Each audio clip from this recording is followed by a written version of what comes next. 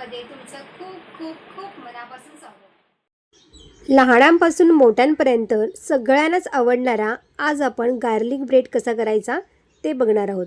पावसुद्धा आपण घरीच तयार केलेला आहे। तर त्यासाठी इथे मी 1 वाटी मैदा घेतलेला आहे। इथे मी कोमट दुधामध्ये 1 चमचा ईस्ट अर्धा तासापूर्वी भिजवून ठेवला होता आणि त्यामध्ये 1 चमचा साखर घालायची आहे। ईस्ट आणि साखर 1-1 चमचा घालायचे आहे आणि कोमट दूधच आपल्याला करायचं आहे आणि फर्मेट करायसाठी आपल्याला अर्धा तास तरी ठेवून द्यायचं आहे। अर्धा तासानंतर हे पीठ आपल्याला मळून घ्यायचं आहे। छान फर्मेट होतं। या ईस्ट घातलेल्या दुधामध्येच हे पीठ आपल्याला मळून घ्यायचं आहे आणि तुम्ही बघू शकताय बघा छान पीठ इथे मळल्या गेलेलं आहे आणि जास्त टाईटसुद्धा पीठ नसावं, थोडं हलकंसं सैलच आपल्याला पीठ इथे मळायचं आहे। पीठ इथे व्यवस्थित मळून झाल्यानंतर आपल्याला यामध्ये 1 चमचा बटर घालायचा आहे आणि 1 चमचा बटरनी आपल्याला पुन्हा हे छान पीठ मळून घ्यायचं आहे। तर तुम्ही इथे बघू शकता तेल लावायचं नाही, आपल्याला बटरच वापरायचं यामध्ये, त्यामुळे पाव आपला खाण्यासाठी सुद्धा मस्त लागतो। तुम्ही कधी अशा पद्धतीने पाव घरी केलेला आहे का? मला कमेंट्स करून नक्की सांगा। आता इथे आपलं छान पीठ मळून झालेलं आहे। आता एका भांड्यामध्ये ते आपण काढून घेऊया आणि हे पीठ आपल्याला पुन्हा छान 1-2 मिनिटं मळून घ्यायचं आहे याच्यामध्येच आपल्याला। आणि त्यानंतर आता हे पीठ जे आहे ते आपल्याला फर्मेट करण्यासाठी 2 तासासाठी तरी ठेवून द्यायचं आहे। 2 तासामध्ये छान फर्मेट होते हे पीठ, म्हणजे जी साईज आहे ना आपली अशी ती डबल झाली पाहिजे, तेव्हाच आपला पाव हा खूप छान होतो। तर तुम्ही इथे पाहू शकता बघा ज्या पद्धतीचे पीठ आहे ते छान फर्मेट झाल्यानंतर आपण बघूया। हे जे पीठ आहे ते फर्मेट होण्याची जर प्रोसिजर आहे ना ते ईस्टवरती सुद्धा डिपेंड असते। म्हणजे ईस्ट जर तुमचं खूप जुनं असेल ना तर फर्मेट व्हायला थोडा वेळ लागतो आणि जर जुनं नसेल तर फर्मेट होण्यासाठी अगदी 1 ते 1.5 ताससुद्धा पुरेसा असतो। तर तुम्ही इथे पाहू शकता पीठ छान मळून झालेलं आहे आपलं। पीठ मळल्यानंतर आपल्याला यावरती पुन्हा थोडासा तुपाचा हात लावायचा आहे, त्यामुळे पीठ असं मस्त स्मूथ होतं आणि आपला हा पावसुद्धा खूप छान तयार होतो। तर हे पीठ अशा पद्धतीने आपल्याला राऊंड करून घ्यायचं आहे बघा। या पिठापासून मी एकच पाव तयार करणार आहे, कारण की मी चीज गार्लिक ब्रेड तयार करणार आहे, त्यामुळे इथे मी एकच याचा मोठा पाव तयार करून घेणार आहे।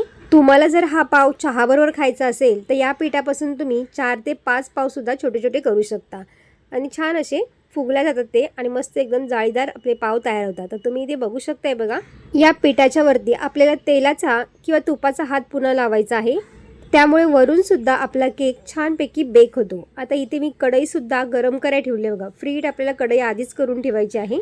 कढईमध्ये इथे मी एक जाळी ठेवलेली आहे आणि जाळीवरती आपल्याला हे असं केकचं भांडं ठेवून द्यायचं बघा आणि त्यानंतर याच्यावरती झाकण ठेवून द्यायचं आहे। आता इथे आपल्याला 12 ते 15 मिनटं अजिबातही झाकण खोलायचं नाही आहे आणि त्यानंतर तुम्ही बघू शकता बघा मस्त पाव आपला इथे तयार झालेला आहे। तुम्ही इथे बघा मस्तपैकी एकदम कलर आलेला याला। आता हे आपल्याला भांडं काढून घ्यायचं आहे आणि त्यानंतर थंड करून घ्यायचं आहे आणि तुम्ही बघू शकता थंड पूर्ण झाल्यानंतरच आपल्याला हा पाव कट करून घ्यायचा आहे।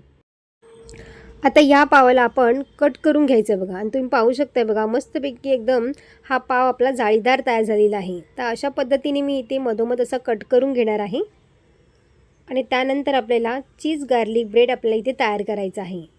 तर तुम्ही इथे बघा किती छानपैकी जाळी आलेली आहे याला बघा। आतपर्यंतसुद्धा पाव आपला मस्तपैकी एकदम शेकलेला आहे बघा, कुठेही कच्चा राहिलेला नाही आहे, एकदम जाळीदार पाव आपला इथे हा तयार होतो। आता या पावापासून मी गार्लिक ब्रेड तयार करणार आहे, तर त्यासाठी इथे मी गार्लिक बटर घेतलेला आहे। तुमच्याकडे जर गार्लिक बटर नसेल तर तुम्ही साधं बटरमध्ये छानपैकी आपल्याला 7 ते 8 लसूण पाकळ्या छान अशा ठेचून याच्यामध्ये घालायच्या आहेत। 2 मिनिटं आपल्याला गॅसवरती गरम करून घ्यायचं आहे आणि गार्लिक आपलं जो बटर असतो तो तयार होतो। शिवाय विकत मिळणारा तुम्ही गार्लिक बटरसुद्धा इथे वापरू शकता। आता या गार्लिक बटरमध्ये आपण चिली फ्लेक्स घातलेली आहे, ऑर्गॅनो घातलेला आहे आणि त्यामध्ये आपल्याला बारीक कट केलेली कोथिंबीरसुद्धा घातलेली आहे।